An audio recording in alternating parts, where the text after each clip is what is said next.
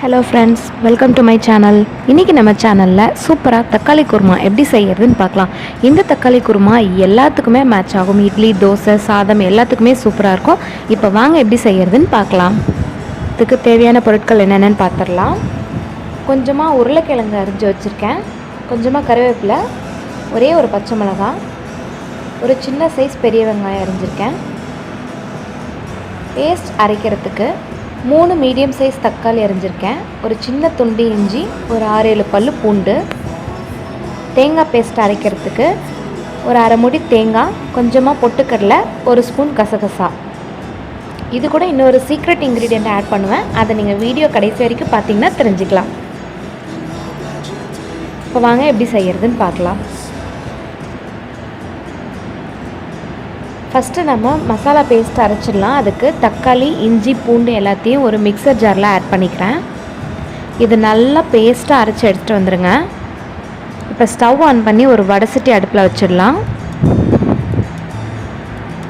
அதில் கொஞ்சமாக எண்ணெய் ஆட் பண்ணிக்கோங்க. எண்ணெய் நல்லா சூடானதும் கடுகு ஆட் பண்ணிக்கலாம். கடுகு வெடித்ததும் கருவேப்பிலை போட்டுக்கலாம். அப்புறமா வெங்காயம், பச்சை மிளகாய் எல்லாத்தையும் போட்டு நல்லா வதக்கி விட்டுருங்க.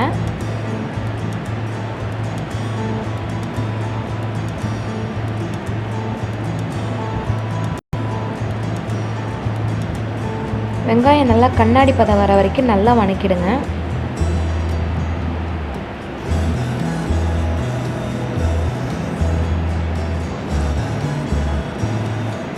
வெங்காயம் நல்லா வதங்கிடுச்சு. இப்போ இந்த சமயம் நம்ம அரிஞ்சு வச்சுருக்க உருளைக்கிழங்கு இதில் ஆட் பண்ணிக்கலாம். நீங்கள் வேறு ஏதாவது காய்கறி போடுறதுனா கூட போட்டுக்கலாம். நான் உருளைக்கிழங்கு போட்டிருக்கேன். நீங்கள் உருளைக்கிழங்கு போடாமல் தக்காளி சாம்பார் வச்சாலும் நல்லா தான் இருக்கும். உருளைக்கிழங்க சும்மா லைட்டாக ஒரு 2 மினிட்ஸ் மட்டும் ஃப்ரை பண்ணிக்கலாம். இப்போ இந்த டிஷ்ஷுக்கு தேவையான அளவு உப்பு போட்டுக்கோங்க.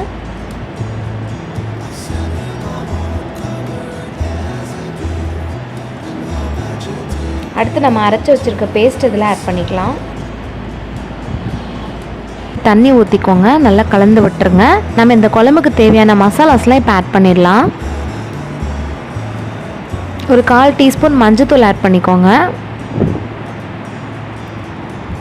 ஒரு 1 டீஸ்பூன்லேருந்து 1.5 டீஸ்பூன் அளவுக்கு நம்ம மல்லித்தூள் ஆட் பண்ணிக்கோங்க.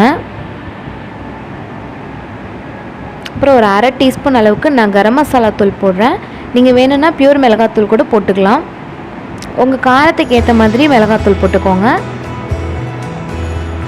இப்போ போட்டு எல்லாத்தையும் நல்லா கலந்து விட்டுறலாம்.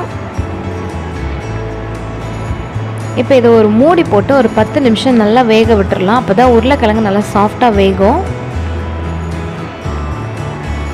இப்போ நம்ம எடுத்து வச்சுருக்க தேங்காயெல்லாம் ஒரு மிக்ஸி ஜாரில் ஆட் பண்ணிக்கலாம். அது கூட நான் சொன்ன சீக்ரெட் இன்க்ரீடியன்ட் ஒன்றும் இல்லை, ஒரு 2 ஸ்பூன் அளவுக்கு நிலக்கடலை பருப்பு ஆட் பண்ணிக்கோங்க.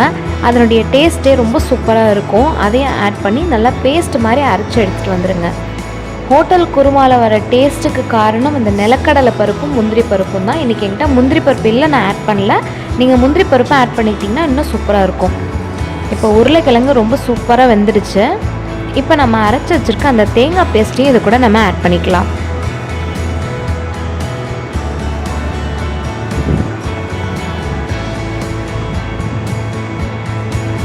ஆட் பண்ணிவிட்டு இந்த குழம்புக்கு தேவையான அளவு தண்ணி ஊற்றி நல்லா கிளறி விட்டுருங்க.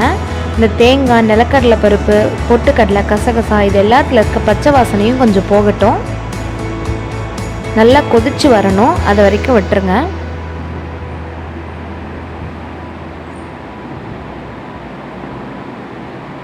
ஒரு மூடி போட்டு மறுபடியும் ஒரு 10 நிமிஷம் விட்டுருங்க. நல்லா கொதித்து இந்த பச்சை வாசனைலாம் போய் எண்ணெய் திரிஞ்சு வந்ததுக்கப்புறமா நம்ம ஓப்பன் பண்ணி பார்க்கலாம். இப்போ பார்த்திங்கன்னா நல்லா சூப்பராக கொதித்து நல்லா குழம்பு கெட்டி ஆகிடுச்சு. இதுவே போதுமான அளவுக்கு இருக்கும். இன்னும் நீங்கள் தண்ணியாக வேணும்னு எதிர்பார்த்திங்கன்னா கொஞ்சம் லைட்டாக தண்ணி ஆட் பண்ணிக்கலாம். அவ்வளோதான் ஃப்ரெண்ட்ஸ், நம்மளுடைய தக்காளி குருமா சூப்பராக ரெடி ஆகிடுச்சு. இந்த டிஷ் உங்களுக்கு பிடிச்சிருந்தா மறக்காமல் என்னோடய சேனலை சப்ஸ்கிரைப் பண்ணுங்கள். அப்படியே பக்கத்தில் இருக்க பெல் ஐக்கானையும் ப்ரெஸ் பண்ணிக்கோங்க. தேங்க்யூ ஸோ மச் ஃபார் வாட்சிங். மீண்டும் ஒரு சூப்பரான டிஷ்ஷோடு உங்களை சந்திக்கிறேன்.